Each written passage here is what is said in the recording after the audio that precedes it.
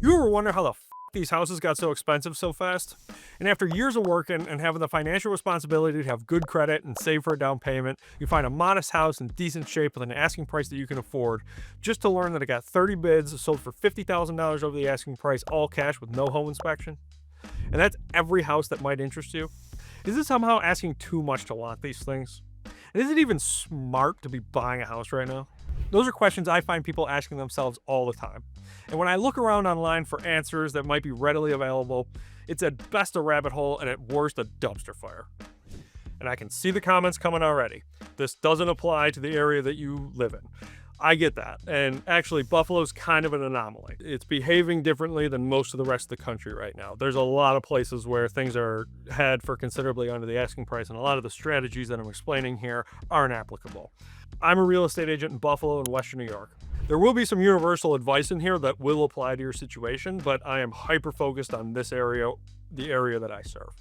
So, as someone who's been buying and selling houses in Buffalo and Western New York for almost 10 years now, and has seen these rapid and dramatic shifts play out in real time, I'd like to do my best to explain it in one video and even take a crack at what I think comes next. When somebody's hiring a real estate agent to sell their house, they're looking for the most amount of money and the smoothest possible deal.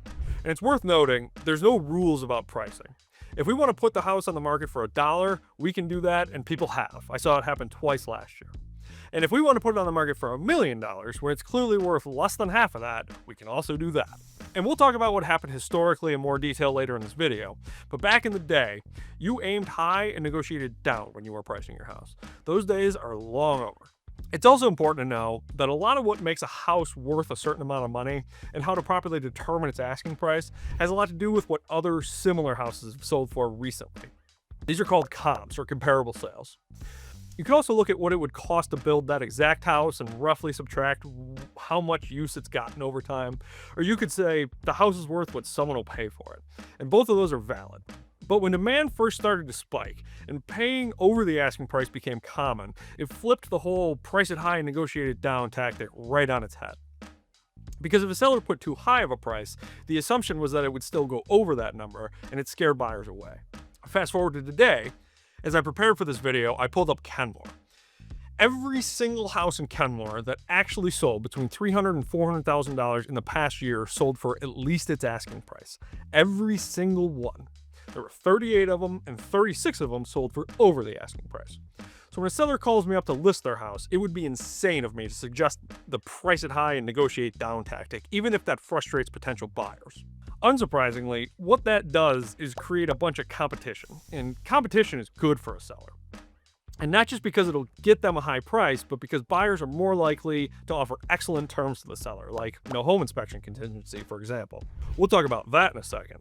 But that's why asking prices are so consistently lower than what the house is actually worth. So that's depressing. And you might ask, Johnny, what can I do to combat that? To which I have some advice. First, if you're getting a mortgage to buy a house, knowing what your monthly payment and total cash to close will be makes wrapping your head around what the purchase price actually means so much easier. And double lucky for you, I partner with an amazing lender that can not only make your offer stand out in a competitive situation while still giving you the best possible deal, but they have a calculator that custom tailors to your specific profile as you get pre-approved so that you know exactly what your monthly payment and total cash to close will be while we're standing in the house. Absolute game changer. And I, of course, have some other strategies to get you the best possible deal when you're buying a house or the best possible result when you're selling a house, but I have to keep those for me and my clients. So if you want to become one of my clients, you can do that here. The next topic is home inspections. Everyone knows it's a silly idea to buy a house without a home inspection, so why are so many people doing it? Home inspections are not what you think they are, and that creates a lot of people who feel like they made the wrong decision whether they get a home inspection or not. And let's talk about that. Now, I want to be crystal clear about something. Home inspections are important, and I think you should get one. Plenty of people that work with me to buy a house will not actually buy a house unless they get one, and that's very responsible of them. I've also had plenty of people that come to me with that insistence and then end up waiving it for a house they really love. So for context, 5 out of the last 10 offers that clients of mine have gotten accepted had home inspections. So even in this climate, getting one is absolutely possible. So again, why are so many people waiving them? The one sentence answer is because most of the houses that hit the market become so competitive that buyers take extra risk just as the price of admission. The longer answer is that home inspections are not pass or fail like so many people assume they are. A home inspection is two things. One, a contingency, and two, a comprehensive list of all the things a house may need in the near or far future. So contingency, meaning even if a home inspection comes back perfect, the buyer can still walk away after the home inspection. So regardless of the things that they find or don't find in that home inspection, the buyer can walk away. And because of the climate that's going on with the real estate market in this particular area right now, the seller needs to be very sure that they have the most concrete deal possible. If they have several offers to choose from and some of them don't have home inspection contingencies, I see a lot of sellers leave some money on the table just so they know that that deal is concrete. Very recently, I made an offer on a house in Tonawanda. It was a 2-bedroom ranch. We were one of 13 offers, and 11 of them didn't have home inspections, including the winning one. That's often context that we don't have, and luckily I have a good relationship with the listing agent who was able to share that with me, but it paints a picture of what's really going on out there. And stats like that are going to be more common amongst the houses that appear nice. And I say appear nice because appearing nice and being good are sometimes very different. That 2-bedroom house in Tonawanda appears very nice in the photos, and even more so when we got there. But it didn't have a basement. It has a crawl space. And there can be all kinds of scary things down in that crawl space. Issues with plumbing and electric, foundation, water, you name it.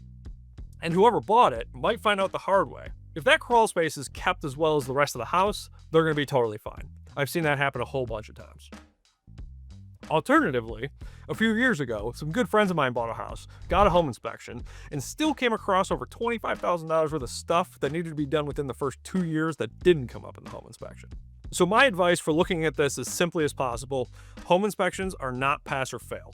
And the more competition it's going to get, the more likely the seller is going to be eager to take a house without a home inspection. If you are insistent on getting a home inspection, and you should be, you just have to know there's going to be some stuff that comes on the market that you really like, and we're probably not going to get just for that contingency. A good friend of mine sells houses both here in Buffalo and in Cleveland, Ohio. And chatting with him, he explained to me that the markets are pretty similar, but the different, price points, competition, what have you, the difference is home inspections are much more prevalent out there. And the reason for that is because when somebody finds a house that they like and they want to make an offer on, it's reasonable for them to assume in Cleveland that everyone else making an offer on the house is going to be having that home inspection contingency. And that is not the case here in Western New York. So this is a little backwards, and there's not a lot we can do about it for specific houses, but it is assumptions of what other people are going to do that drives the actual behavior of the specific client making the specific offer. The best way to combat that is to stick to the principle that even if we make an offer on a house with a home inspection contingency and it doesn't get accepted, we're still doing the right thing for us as the purchaser, not just throwing all of our best intentions out the window so that we can just get the house at all costs. And eventually what will happen is everyone will begin to assume that everyone else is going to have the home inspection, and it's going to turn into that Cleveland situation. But I'll tell you, I've been patiently waiting for that moment for years now, and it still hasn't happened. What I think is going to happen eventually, I don't know if it's going to be tomorrow, I don't know if it's going to be 5 years from now, but demand is going to change. And the first thing that's going to happen is home inspections are going to become much more prevalent. So the options then are enter the market, look for a house, and be patient with the offers that you're making, or be patient before even entering the market. I admit I may be a little biased here, but as unbiased as I can be, being patient and making offers now will get you a house for cheaper than waiting for the market to change. We don't know when that's going to happen, but it's reasonable to think that home values will continue to climb over that time. So if you save yourself several $1,000s by getting the home inspection and learning that versus waiting while the price of that house will be several $1,000s higher later in time, I like option A better. So where's all this cash coming from? Because I know, and you know, that people aren't just saving up $400,000 in cash and then giving it all away in one shot to buy a house. But A lot of houses, especially good houses and hot houses, are selling for cash. So it's got to be coming from somewhere. Believe it or not, I do come across people that have been very diligent savers with the specific intent of buying a house, but it's pretty rare. What I see a lot of is people borrowing against retirement, which again requires quite a bit of financial discipline to get to that point to be able to do that. And they're buying it for cash, going and getting the mortgage after the fact, and then putting all that money back into retirement. Alternatively, some people are lucky enough that they're able to borrow that cash from family or something to that effect and going through the same process where they make a cash offer, close on the house, then go get a mortgage, and they can do whatever mortgage terms they want. If they want to get an FHA, you name it, they can do it, which is good because when the world probably shouldn't be this way, but conventional mortgages do better than FHA mortgages. But if the best scenario for you is an FHA mortgage, in the same way that you might forego a home inspection when you really don't want to, you might not get the best possible deal on a mortgage with a conventional just so you can be more competitive to actually get the house.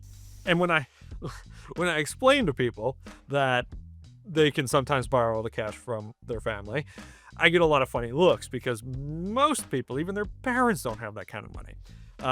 But it is something that people often don't consider. And I am not proposing that you call up your aunt and say, hey, can I borrow $400,000 for 6 months? Even if they have it, they're not likely to get it. But answering the question, where's the cash coming from? That is a situation I've seen a handful or maybe even quite a few times over the past few years.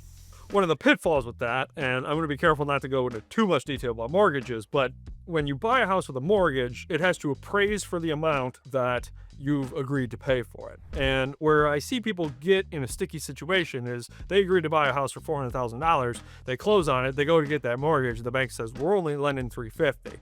And that's a really sticky situation because what that means is you are tied up, you have all that cash tied up until you can come up with $50,000 difference. And luckily I haven't seen anyone get really stuck in that situation, but it absolutely could happen. Like if you borrow all the cash to do the deal and then you go get the mortgage and the appraisal comes up light and you don't have the cash to cover the difference, oh boy. So I'll be honest with you, I don't have a ton of advice for how to beat cash. It's really hard. The simplest way is to beat the cash offer significantly in price, and that's difficult because you don't know what that cash offer is going to be. What I will say is this lends to the idea that if somebody's offered $350,000 cash for the house and you offered $400,000 with a mortgage, you don't want to pay $50,000 more than that next person. What you have to decide is if you want that less or to get the house at all more. So that might start to sound like I want you to pay $50,000 more than the next person just to get the house. And I do not want that. What I'm suggesting is that that's often what it takes to get a deal done to buy a house with a mortgage competing against a cash offer. And finally, value, which is different than pricing. How did prices go up so fast between, say, 2016 and now? And are houses even affordable right now? And have they been in recent history? There's no shortage of people that have an opinion on this. If you ask somebody that hasn't bought or sold a house in 20 years, they'll say the whole market's going to crash yesterday. If you call a random real estate agent, they'll tell you that houses around here have always been too cheap. They've caught up to what they should always cost, and the market is safe. And it's hard to argue that point when the demand seems so extremely high. And I'm not going to attempt to hardline pick a side here. I definitely think it's somewhere in the middle. To exemplify that, I'm going to use the example of the 14225 zip code, which is in Cheektowaga. I'm a resident of that area. A large portion of the houses I sell are there. And it's my personal belief that this is the best local example of the point that I'm trying to make. In 2016, in Cheektowaga, you'd have no problem finding a reasonable, modest house for $90,000. And I remember in 2018, those houses started selling for $120,000, and everyone lost their mind. Now, all those $120,000 houses are at least $250,000. And I also want to be really clear about this. I'm not saying they're going to keep appreciating like that, but I can tell you with certainty that Cheektowaga is hot even at those prices. So, looking at the stats, the cost of owning a house has gone up dramatically faster than the median income in Erie County over the past few years. When those $90,000 houses all of a sudden became $120,000 in 2018, the median household income could still afford them and stay within the 30% rule. The 30% rule being you shouldn't spend more than 30% of your gross income on the roof over your head. Then, COVID. I probably don't have to tell you that interest rates dropped to record lows during that time. People spent much more time at home, which changed their needs and ultimately injected a bunch of new buyers into the market. And that the government was printing gobs of money, making spending easier than it had been in a long time.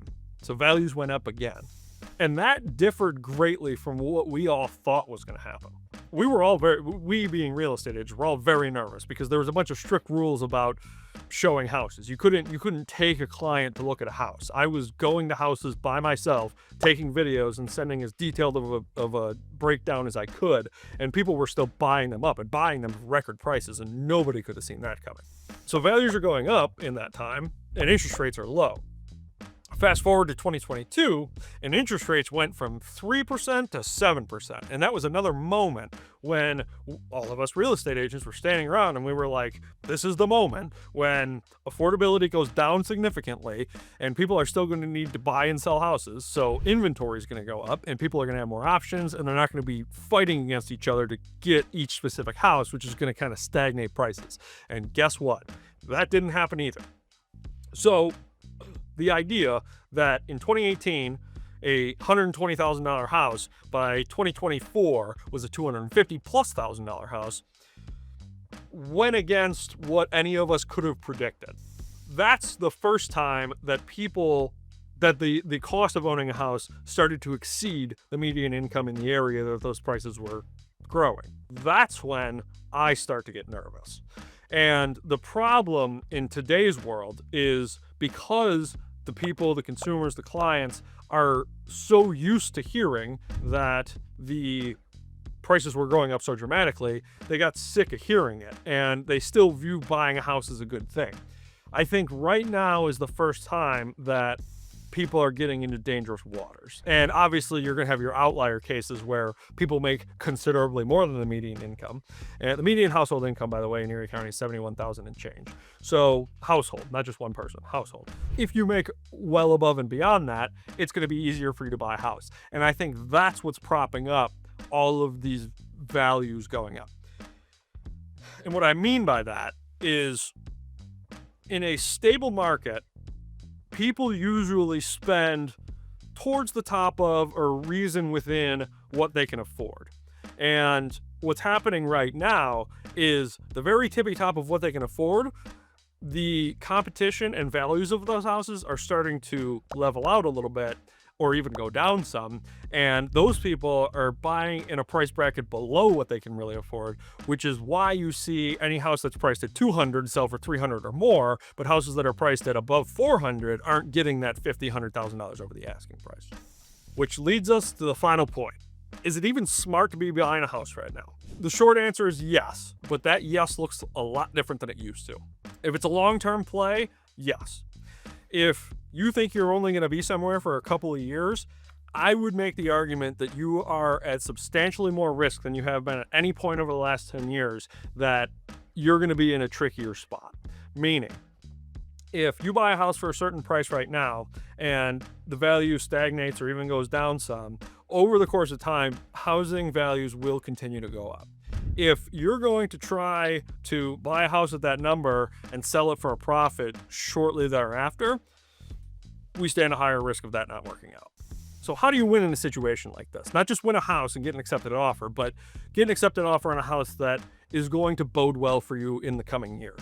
I think over the last few years, patience was not a virtue, meaning you knew what you were up against and you had to throw everything at it just to get it. And it was much more reasonable back then to assume it was going to continue to keep climbing because things were so affordable compared to what the median income is. Having more patience now is something that I think is necessary and not practiced enough in what I'm seeing in the marketplace out there. Go out in the market. If this is the right time for you to buy a house, do it. Be smart about it. Be patient to be smart that way. If you're thinking with the same mentality that was going on a few years ago, you're setting yourself up for a much more risky situation. Knowing what you're up against now is slightly different than it was a few years ago, Being okay with losing an offer because you want the home inspection and others don't, good. Having a full understanding of what the purchase price means to you for monthly payment and total cash to close, very good.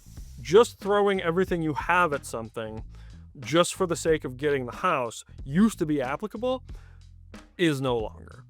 And if you've decided to enter the marketplace and you know you need to be a little bit more patient, not just in the time that it takes you to get the house, but with the terms that you're offering to buy the house, the best bite-sized piece of advice that I have for you that you can just put in your pocket and use universally is focus on these 3 things in order. Do you like it? Is it a piece of crap? Can it be had for a reasonable amount of money? If it's in good shape and can be had for reasonable money, but you don't like it, those first 2 things don't matter. If you do like it, but we get there and we realize it's a piece of crap, doesn't matter how much you like it, you don't want it. If you like it and it's in good shape, you then have to determine what a reasonable amount of money is. And that's what your real estate agent's for. They're going to have more access to comps and the MLS and what have you to make a reasonable decision. Do you like it? Is it crap? Can it be had for reasonable money? So this has been a long video, and this is messy, complicated stuff, and this is the greatest argument for having your own representation as a buyer from a real estate agent as you try to accomplish becoming a homeowner. If we get to know each other a little bit better, you're going to hear me say a lot, every situation is different. And it really is. Everything that I've laid out in these videos applies in varying levels to every house that hits the market, every situation you might want to find yourself in. So no matter where you live, I've done my best to make this universally valuable. But if you happen to live in Buffalo and Western New York, I would love to be your real estate agent and help you navigate through all of this. So feel free to subscribe to this channel. You can follow me on Instagram, and I'm a real person. You can reach out to me. You can email me, you can DM me, you can comment on this video, and I would love to help.